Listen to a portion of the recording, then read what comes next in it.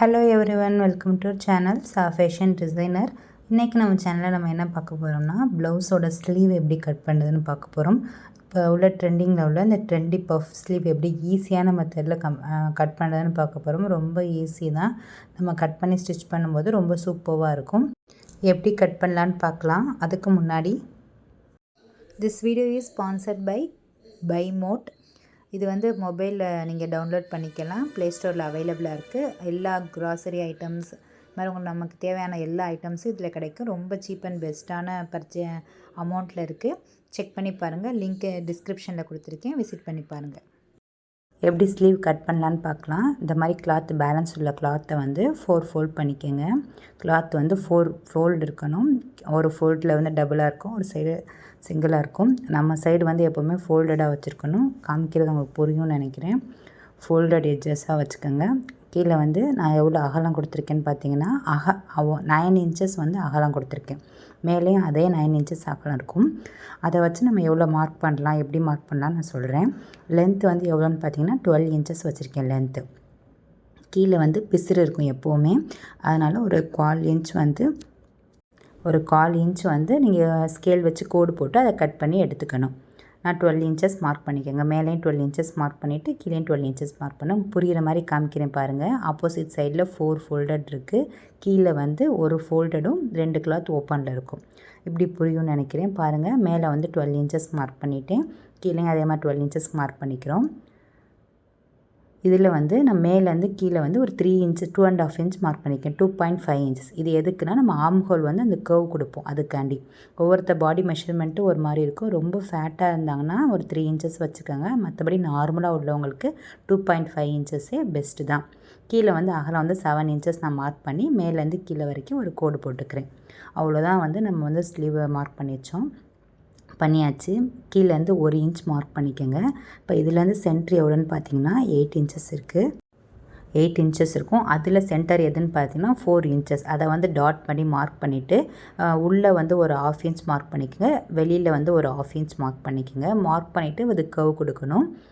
சரியாக தெரியல, இப்போ பாருங்கள், உங்களுக்கு கிளியராக புரியும்.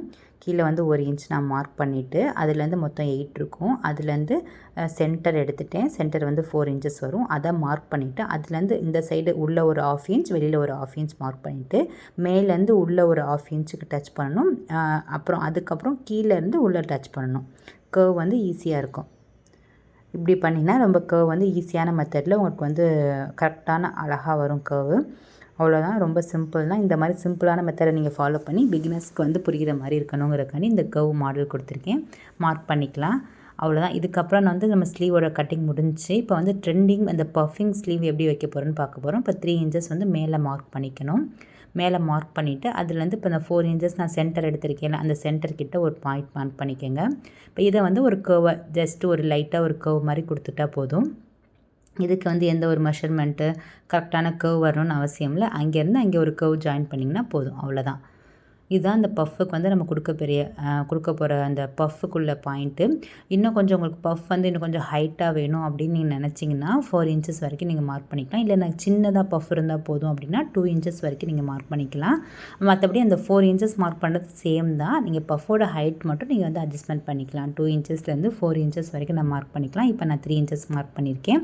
மார்க் பண்ணி கர்வ் பண்ணிக்கோங்க. அவ்வளோதான். இது வந்து ஸ்லீவ் வந்து நம்ம ரெடி ஆகிடுச்சு. மார்க்கிங் செக்ஷன் முடிஞ்சிச்சு. இது அப்படியே நம்ம எவ்வளோ மார்க் பண்ணியிருக்கோமோ அதை எல்லாமே அப்படியே கட் பண்ணிக்கலாம். நம்ம வந்து உள்கர்வ் வந்து மார்க் பண்ணலை. அது எதுக்குன்னா, நார்மலாக ஸ்லீவ் கட் பண்ணோம்னா நம்ம உள்கர்வ் வந்து நம்ம மார்க் பண்ணி நம்ம கட் பண்ணிக்கலாம். பட் வந்து நான் ட்ரெண்டி அந்த பஃப் ஸ்லீவ் நம்ம வைக்கும்போது என்ன ஆகும், நம்ம அந்த பஃப் வந்து நம்ம பிடிக்கும்போது உங்களுக்கு வந்து ஒரு சைடு கொஞ்சம் பிகினஸாக இருக்கும்போது நமக்கு வந்து அந்த ஒரு சைடு வந்து நம்ம அட்ஜஸ்ட்மெண்ட் பண்ணுற மாதிரி இருக்கும். ஸோ நம்ம பஃப் பிடிச்சதுக்கப்புறமா நம்ம ஸ்டிச் பண்ணுறதுக்கு பிஃபோர் வந்து நீங்கள் வந்து உள்கர்வ் வந்து கட் பண்ணிக்கிட்டால் போதும். ஸோ நீங்கள் வந்து இப்போவே நீங்கள் கட் பண்ணிங்கன்னா நீங்கள் பஃப் பிடிக்கும்போது நீங்கள் வந்து மாற்றி நம்ம பண்ணுற மாதிரி இருக்கும். ஸோ அந்த மாதிரி அந்த ப்ராப்ளம் உங்களுக்கு வந்து தேவையில்லை. இந்த மாதிரி நீங்கள் வந்து மற்றபடி அப்போதைக்கு நம்ம ஸ்டிச் பண்ணும்போது உங்களுக்கு கட் பண்ணிக்கலாம். இப்போ நம்ம எந்தெந்த இடத்துல மார்க் கொடுத்துருக்கேன்னா அந்தந்த இடத்துல வந்து கட்டிங் கொடுத்துக்கோங்க. அப்போ தான் வந்து நம்ம எல்லா கிளாத்லேயும் வந்து நம்ம கட்டிங் இருக்கும்போது நம்ம கரெக்டாக இருக்கும் ஸ்டிச் பண்ணும்போது. ஸ்டிச் பண்ணுறது ரொம்ப சிம்பிள் தான். அந்த வீடியோ நான் சீக்கிரம் அப்லோட் பண்ணுறேன். பாருங்கள், நம்ம ஸ்லீவ் வந்து கட் பண்ணி முடிச்சாச்சு. இதான் வந்து பஃப் ஸ்லீவுக்குள்ள மெத்தட். அந்தந்த இடத்துல இந்த மாதிரி பஃப் வைக்கணும். அந்த குட்டி குட்டியாக பஃப் வைக்கணும். அந்த 4 இன்ச்சஸ் நம்ம கட் பண்ணியிருக்கோம்ல, அது வரைக்கும் நம்ம பஃப் கொடுக்குற மாதிரி இருக்கும். பஃப் கொடுத்தோம்னா இந்த மாதிரி உங்களுக்கு வரும். ஆல்ரெடி இந்த சேனலில் வந்து நான் வந்து ஃப்ரண்ட் பார்ட்டு, பேக் பார்ட்டு எப்படி கட் பண்ணுறதுன்னு ஆல்ரெடி வீடியோஸ் போட்டிருக்கேன். பார்க்காதவங்க ஃபேஷன் டிசைனரை சப்ஸ்கிரைப் பண்ணிவிட்டு பக்கத்தில் பெல் ஐக்கனை கிளிக் பண்ணிவிட்டு விசிட் பண்ணி பாருங்கள். இந்த வீடியோ பிடிச்சிருந்தா உங்கள் ஃப்ரெண்ட்ஸ் அண்ட் ஃபேமிலிக்கு ஷேர் பண்ணுங்கள். Thanks for